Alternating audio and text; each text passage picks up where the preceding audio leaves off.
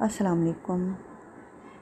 Urdu novel plate form میں خوش آمدید۔ میں ہوں ماہم۔ آج ہم پڑھیں گے بے شرم عشق از قلم حمیرہ فاطمہ، ایپیسوڈ 15۔ شائنہ اور خان کی رخصتی ہو گئی تھی۔ خان ولا میں ان کا ویلکم بہت گرینڈ ہوا تھا، جس کی ساری تیاری اذلان شاہ نے خود کی تھی۔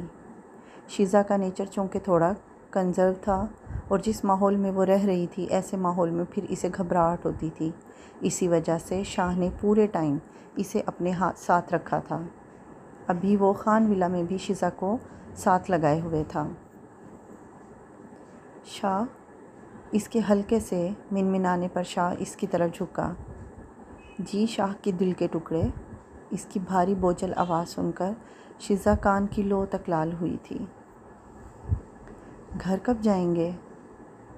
ابھی خان کے یونیورسٹی فیلوز مختلف قسم کی رسمیں کر رہے تھے، جسے شائنہ تو بہت انجوائے کر رہی تھی، پر اتنے سارے لڑکوں کو دیکھ شیزا کو الجھن سی ہونے لگی تھی۔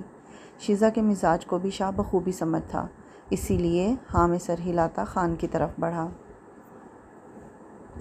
جانی سن۔ وہاں پہنچتے ہی وہ خان سے مخاطب ہوا، جو بیچ صوفے پر شائنہ کے ساتھ بیٹھا ہوا تھا۔ وہیں آس پاس سارے دوست بیٹھے ہوئے تھے۔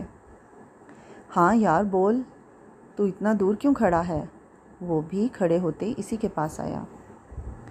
یار تجھے پتہ ہے نا، شیزا کو ان سب چیزوں کی عادت نہیں ہے۔ اسے اتنے لڑکوں کو دیکھ کر بے چینی ہو رہی، میں اسے گھر لے جا رہا ہوں۔ شاہ کے بتانے پر خان نے ہلکی سی مسکراہٹ سے ہاں میں سر ہلایا۔ اس کی آنکھوں میں سامنے دوپٹے کے حالے میں کھڑی لڑکی کے لیے صرف عزت ہی تھی۔ پوری شادی میں اس نے محسوس کیا تھا کہ اس لڑکی کے سر سے دوپٹہ نہیں اترا تھا، اور نہ ہی کوئی دکھاوا یا ریاکاری۔ وہ یقیناً بہت پیور تھی۔ اس سے گلے ملتے ایک اور بار مبارکباد دے کر وہ لوگ باہر کی طرف بڑھ گئے تھے۔ شاہ مجھے انہیلر چاہیے، مجھے سانسیں ہلکی ہو رہی۔ گاڑی میں بیٹھتے شیزا کی طبیعت تھوڑی خراب ہونے لگی تھی۔ شاہ نے گاڑی سائیڈ میں لگائی اور باہر کی طرف اتر گیا اور اسے باہر لے آیا۔ وہ لوگ سنسان روڈ پر تھے، جہاں صرف بلیو اسٹریٹس لائٹ جل رہی تھی۔ میری جان، تیز سانسیں اندر کھینچو، خود کو کسی بے جان چیز کا عادی نہ بناؤ۔ پیار سے اس کے سرخ پھولے گالوں کو ہاتھوں کے پیالے میں بھرے اسے سمجھا رہا تھا۔ اس کی بات پر عمل کرتے شیزا نے چہرہ اوپر کیے ٹھنڈی ہواؤں سے آتی سانسوں کو خود میں اتارا تھا۔ تازہ ہوا میں اب وہ پرسکون محسوس کر رہی تھی۔ اب ٹھیک ہے شاہ جانم؟ شاہ نے جھک کے اس کے حسین چہرے پر اپنی بھاری سانسوں کا لمس چھوڑتے پیار سے پوچھا۔ تبھی شرم کے باعث اس کی پلکوں کی باڑ گلابی آرزوں پر گرتی سامنے کھڑے شاہ کے دل میں قہر برپا کر گئی تھی۔ کمر سے پکڑتے اس کے نازک وجود کو گاڑی کے بونٹ پر بٹھایا۔ پہل تو گھبراتے اس کا کندھا تھامتے اپنی ہیزل آنکھوں کو میچ گئی، جبکہ اس کی اچانک ہوئی حالت پر شاہ کا دل کیا کہکا لگا کر ہنسے۔ بس شاہ جانم، کچھ نہیں ہوا، میں ہوں نا پاس، کوئی ہوا بھی نہیں چھو سکتی۔ اس کے لہجے میں بلا کی شدت تھی۔ شیزا نے آہستہ سے آنکھیں کھولی اور ان ہلکے گلابی ڈوروں میں چھپی ہیزل رنگی آبگینوں میں شاہ کو اپنا دل ڈوبتا محسوس ہوا۔ اپنا ضبط مکمل طور پر کھوتے بہکے انداز میں اس کے حسین مکھڑے کو ہاتھوں کے پیالے میں بھرتے اس کے تراشے ہوئے سرخ شنگرفی لبوں کو مونچھوں تلے اپنے انابی لبوں کی پکڑ میں لیا تھا۔ شیزا کی آنکھیں حیرت سے ابلنے کا ہو گئی تھیں۔ وہ شرٹ کو اور سختی سے پکڑ چکی تھی، پر اس شخص کی شدت برداشت کرنا اس نازک جان کے بس میں نہیں تھا۔ پر وہ ظالم بنا، ہر چیز سے بے نیاز، اپنی سانسوں کو اس کی سانسوں سے الجھائے مکمل طور پر اس کی سانسوں پر قابض ہو چکا تھا۔ قطرہ قطرہ اس کی سانسیں خود میں اتارتا اسے بے بس کر گیا تھا۔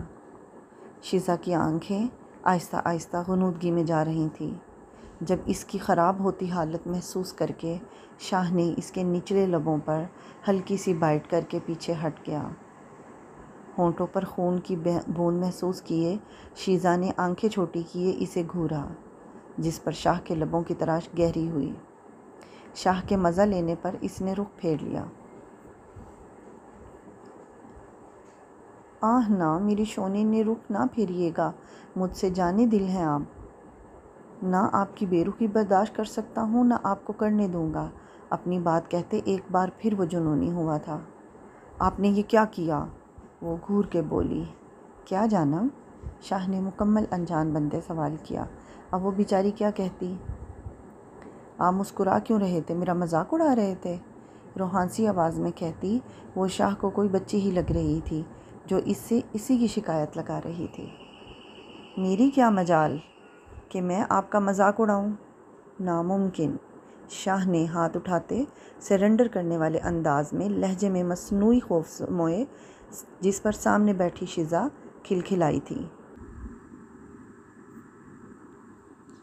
جیا تم اپنے باپ کو بلا کیوں نہیں لیتی؟ شائنہ آج جیا سے ملنے آئی تھی جب اسے ابھی تک المیر وجدان خانزادہ اور سمیر کے نہ آنے کا علم ہوا، تبھی پریشانی سے بولیں۔ سوری موم، بٹ آپ کو کیا فرق پڑتا ہے کہ وہ 1 دن رہیں یا 2 دن؟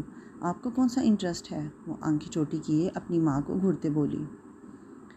مجھے فرق پڑتا ہے کیونکہ میں، وہ بولتے بولتے رکی۔ اب کیا بتاتی کہ المیر وجدان خانزادہ کا پاکستان ہونا انہیں بہت ہی برے الارمز دے رہا تھا۔ آپ کیا موم؟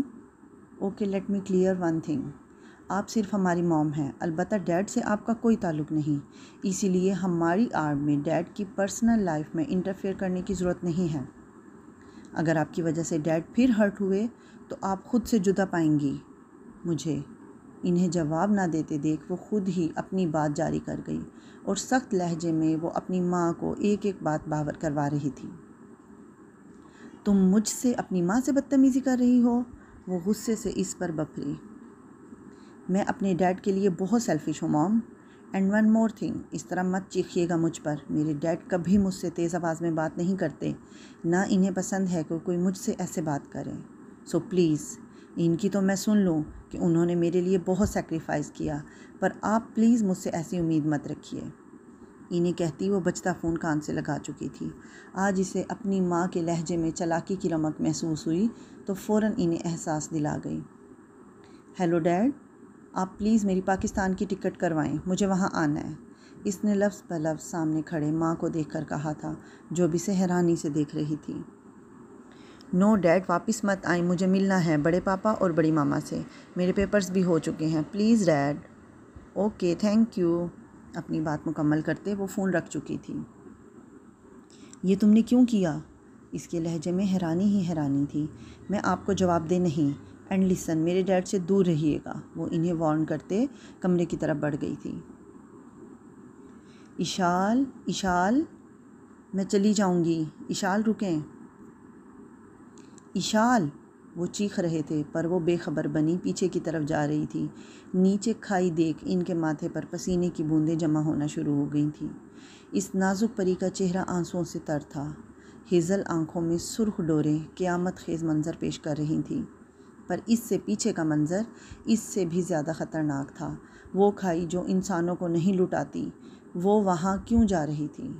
اشال رکیں، نفی میں سر ہلاتے وہ مسلسل اسے روکنے کی کوشش کر رہے تھے، پر وہ تو جیسے کچھ سن ہی نہیں رہی تھی۔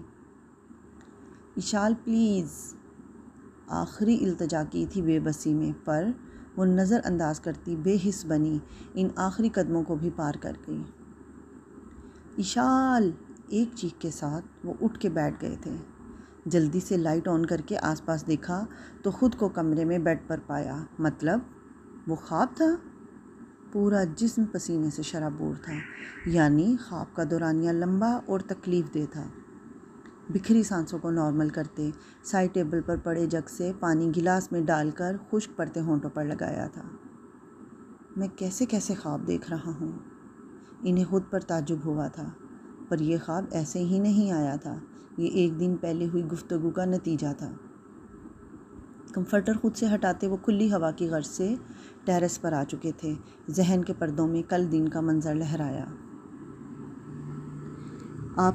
آپ یہاں میرے آفس میں کیا کر رہی ہیں؟ سامنے باس کی سیٹ پر اسے بیٹھے دیکھ المیر وجدان خانزادہ کو غصہ تو بہت آیا، پر ضبط کر گئے۔ ان کا اپنا آفس سب سے اوپر 14 فلور پر تھا، اسی طرح اذلان شاہ کا آفس 12 فلور پر تھا۔ ان کی کمپنیز شروع سے ہی مرج تھیں۔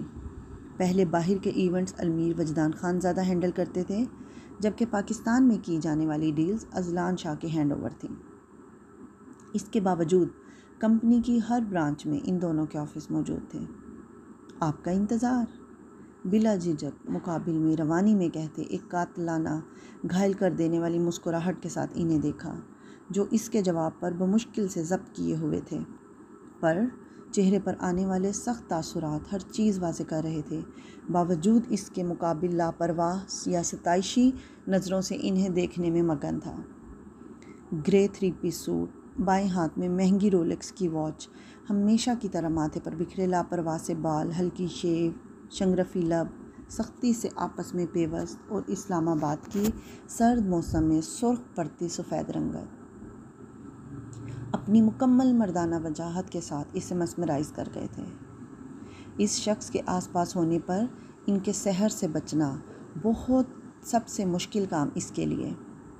وہ لڑکی جو پہلی بار محبت جیسے جذبے سے آشنا ہوئی تھی، وہ جس کے دل کی دھڑکنیں مقابل کو دیکھ کر الگ انداز میں رقص کرتی تھیں، وہ کیسے اپنے دل کی آواز اس کی پکار رد کر دیتی، وہ جس نے صرف پانا سیکھا تھا، وہ جنونی لڑکی کیسے اپنی پہلی محبت یا شاید ضد سے بڑھتے اپنے عشق سے دستبردار ہو جاتی۔ ناممکن۔